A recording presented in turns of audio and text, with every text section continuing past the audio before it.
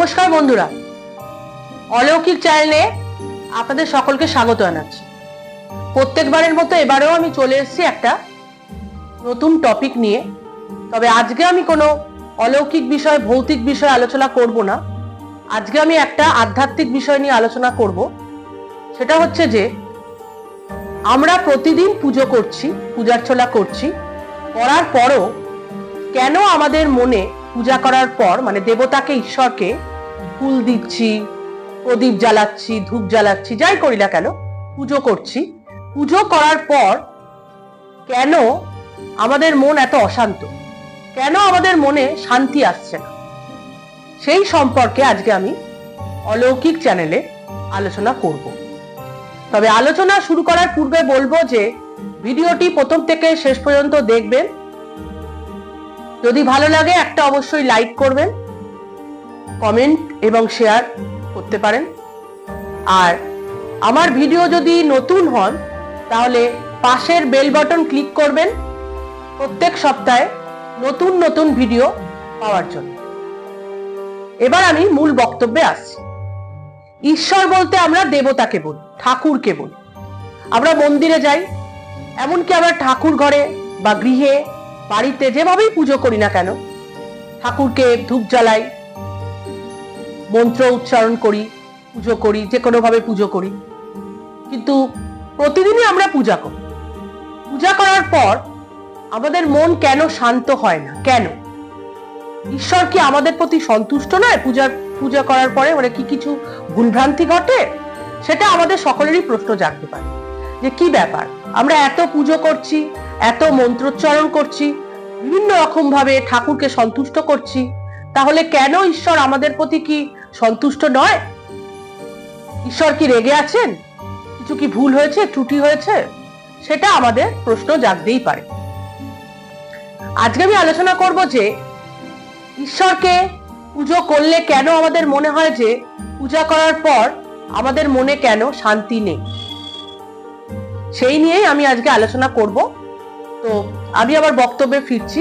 সেটা হচ্ছে যে যখন আমরা পূজা করি, পুজোর সময় আমরা কি করি? মন্ত্র উচ্চারণ করি ঠিকই, কিন্তু পূজা করাটা আমাদের একটা ডেইলি রুটিনের মধ্যে পড়েছে। অর্থাৎ যেমন আমরা দাঁত মাজি, সেরকমই আমরা রোজ ঠাকুরকে ধূপ ধুনো জ্বালাই, পুজো করি, সন্ধে দিই, যাই করি না কেন পুজো করি। কিন্তু পুজো করার সময় আমাদের মন কিন্তু ঠাকুরের প্রতি থাকে না, আমাদের চিন্তা কিন্তু সংসারের প্রতি থেকে যায়। আমরা চিন্তা করতে থাকি হয়তো অফিসের ব্যাপারে বা সংসারের ব্যাপারে, সাংসারিক কোনো ব্যাপারে আমাদের চিন্তাটা থাকে। ঠাকুরের প্রতি কিন্তু পুরো অ্যাটেনশনটা কিন্তু আমাদের থাকে না। এটা প্রথম পয়েন্ট। আর দ্বিতীয় পয়েন্ট হচ্ছে, যখনই আমরা পুজো করি তখন ঠাকুরের কাছে আমরা কিছু না কিছু একটা পাওয়ার উদ্দেশ্যে বা ঠাকুরের কাছে কিছু চাওয়ার উদ্দেশ্যে বা একটা স্বার্থ নিয়ে, আমাদেরই কিছু পাওয়ার স্বার্থ নিয়ে ঠাকুরকে আমরা পুজো করি। কিন্তু এই স্বার্থটা কি? যে কোনো রকম স্বার্থ হতে পারে।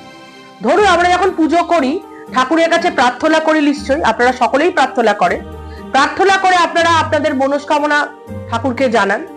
কেউ বলেন যে সংসার যাতে ফুলে ফলে ভরে ওঠে, সংসার যাতে আর্থিক সংকট থেকে দূর হয়। আবার কেউ বলে শত্রু দমন করার জন্য ঠাকুরের কাছে প্রার্থনা করে। আবার কেউ প্রার্থনা করে যে তার ছেলে মেয়ে যেন ভালো থাকে বা তার শারীরিক ভাবে যাতে সুস্থ হয়। এমনকি কেউ কেউ হয়তো কোনো পরীক্ষার্থী হয়তো পড়াশোনার জন্য বলে সেজন্য পরীক্ষায় পাশ করে বা চাকরি পেয়ে যায়। যে কোনো ভাবেই হোক, আমরা যখন পুজো করি তখন একটা ঠাকুরের কাছে একটা উদ্দেশ্য নিয়ে, স্বার্থ নিয়ে ঠাকুরকে পুজো করি বা মন্ত্র জপ করি। অর্থাৎ স্বার্থ আমাদের জড়িয়ে থাকে। তো ঠাকুরকে যখন পুজো করছি, এখন প্রশ্ন হচ্ছে ঠাকুরকে পুজো করছি, তাহলে প্রশ্ন উঠতে পারে যে আপনাদের যে ঠাকুর কি তাহলে প্রবলেম সলভ করবার একটা বস্তু? না, ঠাকুর সবসময় কিন্তু প্রবলেম সলভ করে না। আপনাদের মনে হতে পারে ঠাকুর আমার কথা শুনছে না। কেন শুনছে না? কেন? এই কেনটাই হচ্ছে একটা কারণ। সেটা হচ্ছে যে রামকৃষ্ণ বলেছেন যে আমাকে যখন ডাকবি তখন ভালোবেসে ডাক। বাচ্চা কান্না দিলে যেমন মা সেই কান্না শুনে ছুটে যায়, তেমন রামকৃষ্ণদেব বলেছেন যে মাকে যখন ডাকবে তখন ভালোবেসে ডাক। তাহলে কি হবে? মা সেই ডাক না শুনে থাকতে পারে। গীতাতে বলা হয়েছে যে আমাকে যখন শুদ্ধভাবে একটা ফুল, একটা ফল বা একটা জল যাই দেবে না কেন ভক্তির সঙ্গে আমাকে দেবে, তাতেই আমি সন্তুষ্ট। এটা গীতাতে বলা হয়েছে। তাহলে এখানে কি কাজ করছে? একটা হচ্ছে যে পুজো যখন করব তখন আমাদের কিন্তু আচারের কথা ভাবলে হবে না, সেটা আমাদের মনের শুদ্ধতার কথা ভাবতে হবে, ভক্তির কথা ভাবতে হবে। ভক্তি না এলে কিন্তু পুজো হবে না। এমনকি যখন আমরা জপ করব তখন সংখ্যা গুণে কিন্তু জপ করব না। ঠাকুরকে শ্রদ্ধা জ্ঞাপন করে ঠাকুরের কথা ভেবেই কিন্তু জপ করা উচিত। ঠিক তেমন ফুল দিলাম, মন্ত্র উচ্চারণ করলাম, অথচ আমার মন অন্যদিকে পড়ে রইল, সেটা করলেও কিন্তু হবে না। সুস্থভাবে পবিত্রভাবে ভক্তি ভরে ঠাকুরকে ডাকতে হবে, তবেই ঠাকুর ডাকে সাড়া দেবে। আর কি? নিঃস্বার্থভাবে ডাকতে হবে ঠাকুরকে। পূজা অর্চনা করলেই হবে না, নিঃস্বার্থভাবে কিন্তু ঠাকুরকে ডাকতে হবে। আরেকটা হচ্ছে কি, নিঃস্বার্থভাবে ডাকলেই হবে না, মনকে শান্ত রাখতে হবে। আমরা যখন আমাদের মনকে অশান্ত রাখবো, আর সেই অশান্ত অবস্থায় মন্ত্র উচ্চারণ করছি, পুজো করছি, সেটা করলেও কিন্তু আমাদের মনে শান্তি কিছুতেই আসবে না, আমরা যতবারই পুজো করি না কেন। আমি অন্য কাউকে গালাগাল দিচ্ছি অথচ পুজো করে যাচ্ছি, ঠাকুর কিন্তু ডাক শুনবে না। তাহলে কি হতে হবে? মনকে শান্ত করতে হবে, ধীর স্থির হতে হবে। আর কি? মনের মধ্যে প্রতিশোধ স্পৃহা, এমনকি হিংসা, দম্ভ, এগুলো সবকিছুকেই কিন্তু ত্যাগ করতে হবে।